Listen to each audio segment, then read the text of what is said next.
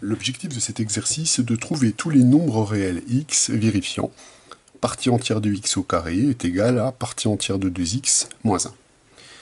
Alors, pour pouvoir résoudre cette équation à partie entière, mon approche va être déjà de chercher les nombres x solutions sous leur forme partie entière plus partie fractionnaire. Donc si je me donne un nombre x réel, on peut écrire ce nombre réel comme la somme de sa partie entière et de sa partie fractionnaire. Alors, je vous rappelle que la partie fractionnaire de x, par définition, étant donné que c'est égal à x moins partie entière de x, cette partie fractionnaire de x est un nombre réel qui est toujours dans l'intervalle 0,1, 0 inclus, 1 exclu.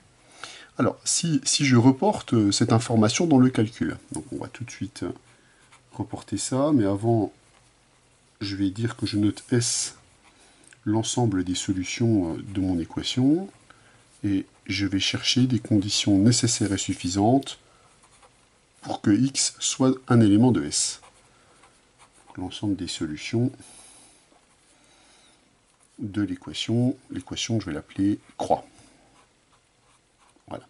Alors si je prends x, une solution de cette équation, alors il est nécessaire et suffisant évidemment qu'on ait cette formule-là.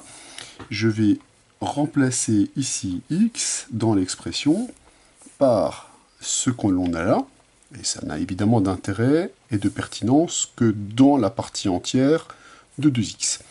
Donc ici, en remplaçant x par sa valeur, on va récupérer la partie entière de 2 parties entières de x plus 2 parties fractionnaires de x.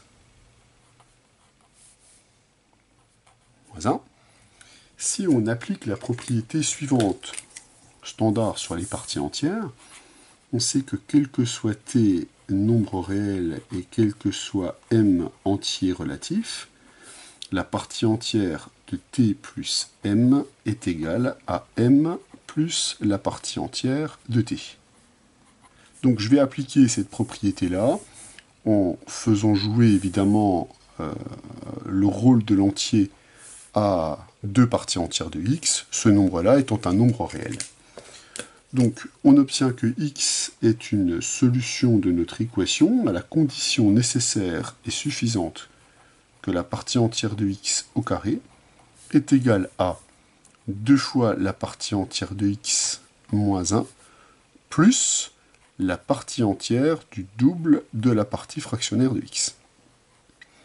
Alors, en écrivant cette équation sous cette forme-là, on va pouvoir confiner assez facilement les x qui vont être solutions de cette équation.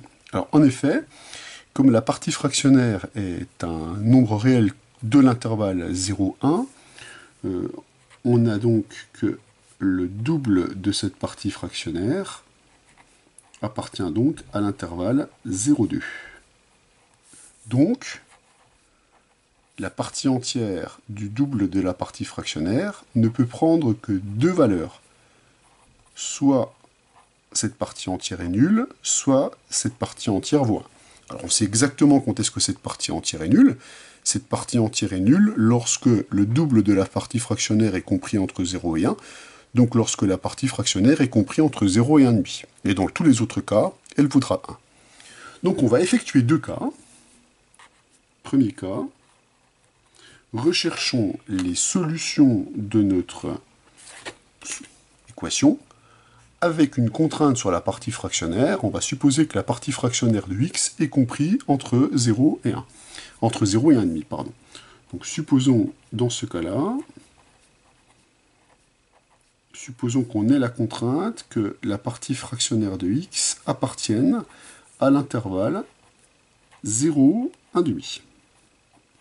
Alors, avec cette contrainte-là, x est une solution de notre équation, alors avec cette contrainte, je vais quand même la rajouter, et la partie fractionnaire de x appartient à l'intervalle 0, 1,5. Ceci est donc équivalent. Alors, on réécrit l'équation avec les conditions qu'on a imposées. Il faut donc que la partie entière de x au carré moins 2 fois la partie entière de x moins 1. Et donc, on ramène cette équation-là à une équation du second degré. Une équation du second degré dont la factorisation est visible, puisqu'on récupère ici la partie entière de x moins 1 au carré est égal à 0. Conclusion. Une condition nécessaire et suffisante pour que x soit solution lorsque sa partie fractionnaire est comprise entre 0 et 1,5, c'est que la partie entière de x soit égale à 1. On en déduit que l'ensemble des nombres qui vérifient cette propriété, c'est l'ensemble S1, qui est formé donc des nombres x de partie entière 1 et qui ont une partie fractionnaire qui est comprise entre 0 et 1,5. Eh bien, ce sont les éléments de l'intervalle 1, 1 plus 1,5, 3,5. Alors, on va maintenant effectuer exactement le même travail lorsque la partie fractionnaire de x se trouve entre 1,5 et 1. Donc, on va supposer dans ce cas-là, supposons que la partie fractionnaire de x appartienne à l'intervalle 1,5, 1, 1,5 fermé, 1 exclu.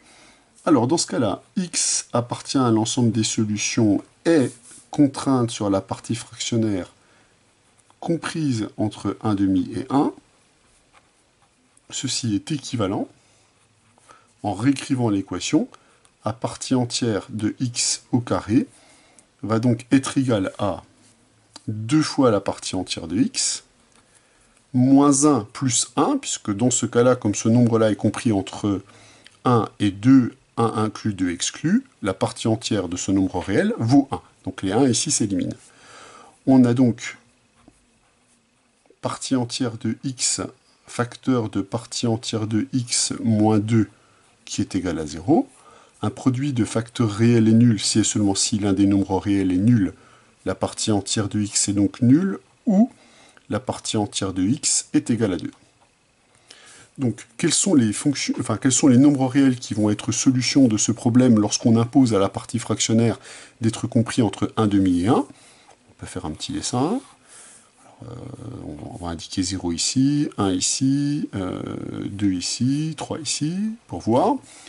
Donc, lorsque la partie entière ici est égale à 0, on ne va prendre les éléments de l'intervalle que s'ils ont une partie fractionnaire comprise entre 1,5 et 1.